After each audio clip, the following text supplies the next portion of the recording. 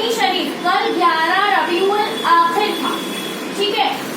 उस दिन हजरत अब्दुल कादिर जीलानी, बहुत बड़े अल्लाह ताला के बुजुर्ग हैं, अल्लाह के करीबी बंदे, उनका कल के दिन इंतकाल हुआ था।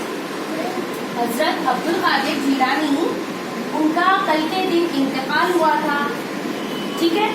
अब हजरत अब्दुल कादिर जीलानी के बारे में कुछ मालूम है आपको? कुछ भी नहीं। अम्मियाँ बताती नहीं है आपको कि हजरत अब्दुल कादिर जीलानी कौन थे? 11वीं शरीफ मना ली, बाहर जाके खा लिया, दरगाहों पे चले गए, ये कर लिया वो कर लिया, लेकिन किस लिए कर रहे हो, किसके लिए कर रहे हो, क्या थे वो, उनके आमाल क्या थे, वो तो हम देखते ही नहीं है, है ना। कुछ भी ऐसा सेलिब्रेशन हो ना तो पहले अम्मी से पूछने का कि अम्मी अपने ये क्यों मना रहे हैं, फिर अम्मी बताए कि ये इनका जन्मदिन था या इनका इंतकाल हुआ था, तो फिर उनसे पूछने का क्यों, वो कौन थे, ऐसा क्या किया उन्होंने कि उनके लिए आज भी हम ऐसा सब कुछ कर रहे हैं, ऐसा अपनी अम्मी से पूछने का। अगर अम्मी नहीं बता सकते तो कोई बात नहीं, यहाँ पर अपने टीचर से पूछा करो आप लोग, है ना। पता तो हमको सब होना चाहिए ना कि कोई भी चीज हम सेलिब्रेट क्यों कर रहे हैं। तो हजरत अब्दुल कादिर जीलानी अल्लाह ताला के बहुत ही अजीज बंदे थे, बहुत ही बड़े बुजुर्ग थे, अल्लाह के वली थे, ठीक है। अब अल्लाह के करीबी बंदे, अल्लाह के अजीज बंदे इंसान ऐसे ही नहीं बन जाते हैं, ठीक है।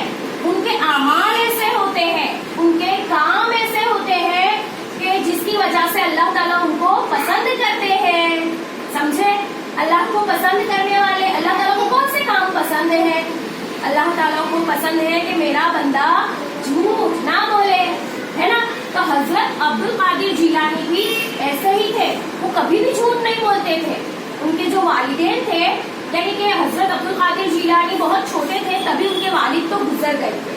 उनकी जो वालिदा थी, उन्होंने ही उनको बड़ा किया, पाला पोसा, तरबियत की, उनको अच्छी तालीम दी।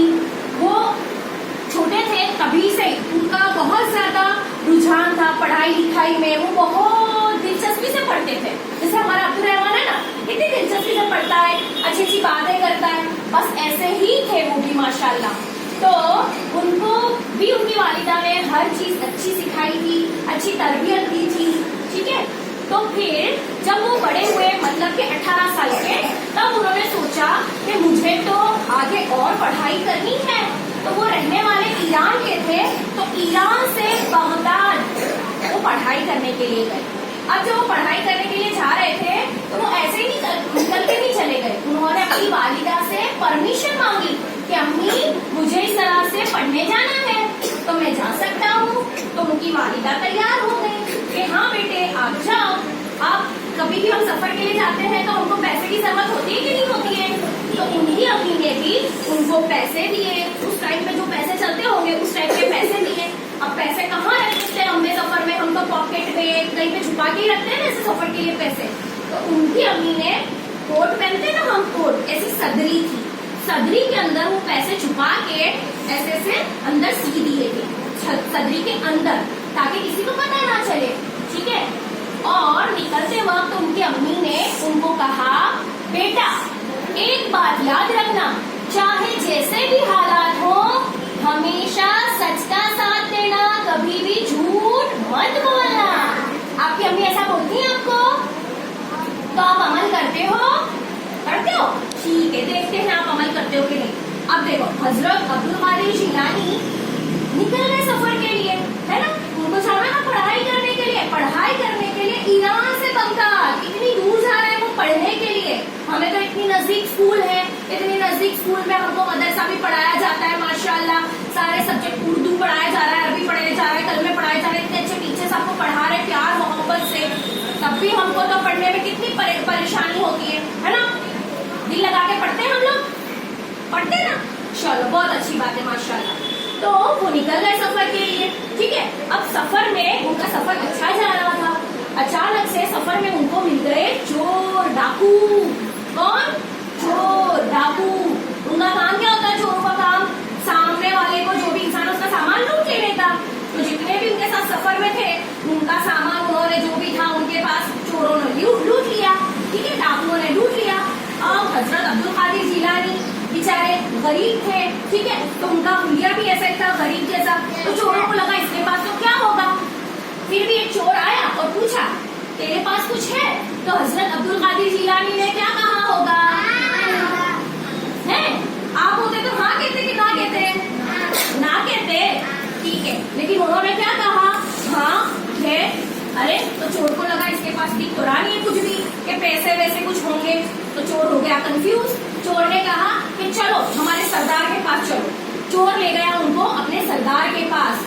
उनके सरदार ने पूछा क्या है तेरे पास? कि मेरे पास पैसे है। तो कहाँ है तेरे पैसे? हमें तो नजर नहीं आ रहे। तो उन्होंने अपनी सदरी उतारी और बताया कि इसमें मेरे पैसे हैं। अब सरदार को तो एकदम झटका लग गया, ये चाहता तो झूठ बोल सकता था, हमें तो पता ही नहीं चलता कि इसकी सदरी में पैसे हैं। तो सरदार ने पूछा कि तू तो हमें झूठ भी बोल सकता था, तूने सच क्यों बता दिया हमें? तो हजरत अब्दुल कादिर जिलानी ने फरमाया कि मेरी अम्मी ने मुझे ये तरबियत की है और ये समझाया है कि बेटा जब भी जैसे भी हालात हो, चाहे कुछ भी हो जाए, हमेशा सच बोलो, हमेशा सच बोलो, ठीक है। चाहे आपको लग रहा है कि मैं फंस जाऊंगा, झूठ बोलूंगा तो बच जाऊंगा, सच बोलूंगा तो फंस जाऊंगा, लेकिन तब भी ऐसे हालात में भी हमें सच ही बोलना है। तो मेरी अम्मी ने मुझे ऐसा सिखाया था, इसलिए मैंने सच बोला। अब सरदार का तो सुना तो दिमाग घूम गया कि ऐसा इतना छोटा बच्चा, 18 साल का बच्चा कोई बहुत बड़ा नहीं होता, वो चाहता तो झूठ बोल सकता है ना, लेकिन हम इतने बड़े हैं, इतने यानी कि हम लोगों को अल्लाह ने सही गलत की समझ दी है, लेकिन फिर भी हम लोगों को परेशान कर रहे हैं, चोरियां कर रहे हैं, लोगों को लूट रहे हैं, सामान ले रहे हैं। हमको अल्लाह ने समझ दी तो भी हम ऐसा कर रहे हैं। और ये बच्चा चाहता तो झूठ बोल सकता था, लेकिन इसने हमारे सामने सच बोला। तो अल्लाह ताला ने उस सरदार का दिल उसी बात में से एकदम फेर दिया और सरदार को अल्लाह ताला ने तौबा की तौफीक दी। सरदार ने अल्लाह ताला से तौबा कर ली कि अल्लाह पाक हमें माफ फरमा दे कि हम यानी हमको तो सारे सही गलत की समझ है, फिर भी हम लोगों को इस तरह से परेशान कर रहे हैं। तो उन्होंने तौबा कर ली अपने सारे बुरे कामों से कि अब हम ऐसे कोई भी गलत काम नहीं करेंगे, ठीक है। अब सरदार के साथ जो उनके बाकी के चोर थे वो भी बोलने लगे सरदार हम भी अब आपका साथ देंगे और हम भी अब चोरी नहीं करेंगे, हम भी अब हमेशा सच बोलेंगे, ठीक है। सब लोगों ने एक साथ अल्लाह ताला से तौबा कर ली, ठीक है। आया समझ में आप लोगों को कि नहीं आया? तो हजरत अब्दुल कादिर जिलानी के एक छोटे से अमल की वजह से कितने लोगों को तौबा की तौफीक नसीब हुई, ठीक है। और हजरत अब्दुल कादिर जिलानी की ये एक ही बात नहीं है, उनके बहुत सारे किस्से हैं जो हम हमारे लिए एक सबक सीखना चाहिए, जिससे हमें बहुत सारी चीजें हैं। उनका जो कैरेक्टर था, जो वो थे दुनिया के अंदर, जो लोगों के साथ वो पेश आए, बहुत ही एक्सेलेंट उनका कैरेक्टर था।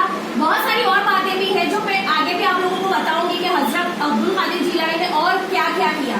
लेकिन हमें इस चीज में से क्या सीखने को मिलता है? झूठ नहीं बोलना, कैसे भी हालात हो हमें झूठ नहीं बोलना चाहिए। देखो अभी अम्मी से पूछना कि हजरत अब्दुल कादिर जिलानी से हम मोहब्बत करते हैं या नहीं करते हैं, तो आपकी अम्मी बोलेंगे कि नहीं, वो हमारे बहुत बड़े पीर हैं, हमारे वली हैं, हम उनसे बहुत मोहब्बत करते हैं। तो मोहब्बत करने का मतलब ये होता है कि सिर्फ हम उनके लिए मोहब्बत करें, मतलब हम सिर्फ जो 11वीं शरीफ हो रही है तो हम जाके दरगाह में फूल चढ़ा के आ गए, ये कर दिया वो कर दिया, सिर्फ ये होता है? नहीं, मोहब्बत का मतलब ये होता है कि जैसे वो थे हम भी वैसे बने, है ना? सही बात है ना? वो अगर अच्छे उनके आमाल जैसे थे, हम अपने आमाल को भी उनके जैसा बनाए, तभी तो हमारी मोहब्बत सच्ची है, ये साबित होगा ना, है ना? उनका सबसे फेवरेट काम क्या था पता है? भूखों को खाना खिलाना, गरीबों को, भूखों को, मिस्कीनों को, जो जरूरतमंद होते थे ना, उनको वो खाना खिलाया करते थे, समझे? तो और दूसरी चीज कि वो पढ़ाई के लिए कितनी दूर जा रहे थे इल्म हासिल करने के, तालीम हासिल करने के लिए। इसका मतलब ये हुआ कि हमें भी तालीम हासिल करने के लिए हम हर मुमकिन कोशिश करनी है, ठीक है ना? तकलीफ आए, कुछ भी आए, भाई हम बीमार हैं तो हम स्कूल नहीं जा रहे, आज ये टुकड़ा है हम स्कूल नहीं जा रहे, ऐसा नहीं करना है। अगर आप इसी तरह छोटे छोटे बहाने बना बना के स्कूल नहीं आओगे, मदरसा नहीं पढ़ोगे, तो फिर आप आगे बढ़ पाओगे? आपको भी एक कामयाब इंसान बनना है या नहीं बनना है? बनना है ना? अपने अम्मी अब्बू का सपना पूरा करना है या नहीं करना? करना है ना? आपके अम्मी अब्बू ने आपके होके बड़े होके डॉक्टर, इंजीनियर, टीचर या फिर कुछ भी अच्छा, कुछ तो अच्छा सोचा ही होगा कि ये बनेंगे वो बनेंगे, ठीक है, ऐसा सोचा है ना हमने अपू ने। तो आपको ऐसा करना है या नहीं करना? चाहते हो ना कामयाब जिंदगी? तो कामयाब जिंदगी का एक ही उसूल है कि जो भी हमारे बुजुर्ग हैं, हमारे बड़े हैं, हमारे वली हैं, हम उनके रास्ते पर आ जाएं, जैसा वो करते थे, जैसे उनके आमाल थे, हम भी वैसे बन जाएं। अगर हम वैसे बन गए तो हमारी जिंदगी में हमें कामयाबी हासिल करने से कोई नहीं रोक सकता, ठीक है? आया समझ में आप लोगों को? पक्का? तो आप अब धीरे धीरे इन चीजों पे अमल करने की कोशिश करेंगे। रोज एक अच्छी चीज करोगे ना तो साल में 365 दिन होते हैं, आपके अंदर 365 अच्छाई आ जाएंगी। सोचो एक साल के अंदर रोज एक अच्छाई शुरू करो। आज के दिन ये सोचो कि आज के बाद मैं कभी भी झूठ नहीं बोलूंगा, है ना? मैं हमेशा, चाहे मैंने कुछ भी किया हो, मुझे लगेगा कि मैं ये बोल दूंगा तो मुझे मार पड़ेगी, मम्मी मारेंगी, अबू मारेंगे, मैम डांटेंगे, तब भी सच बोलो। मार लेंगे अगर अम्मी अबू तो क्या आप कुछ हो जाएगा? लेकिन आपने सच बोला, उसका सुकून जो होगा ना दिल में, वो सबसे बड़ी चीज है, समझे? तो हमेशा हमें क्या करना है?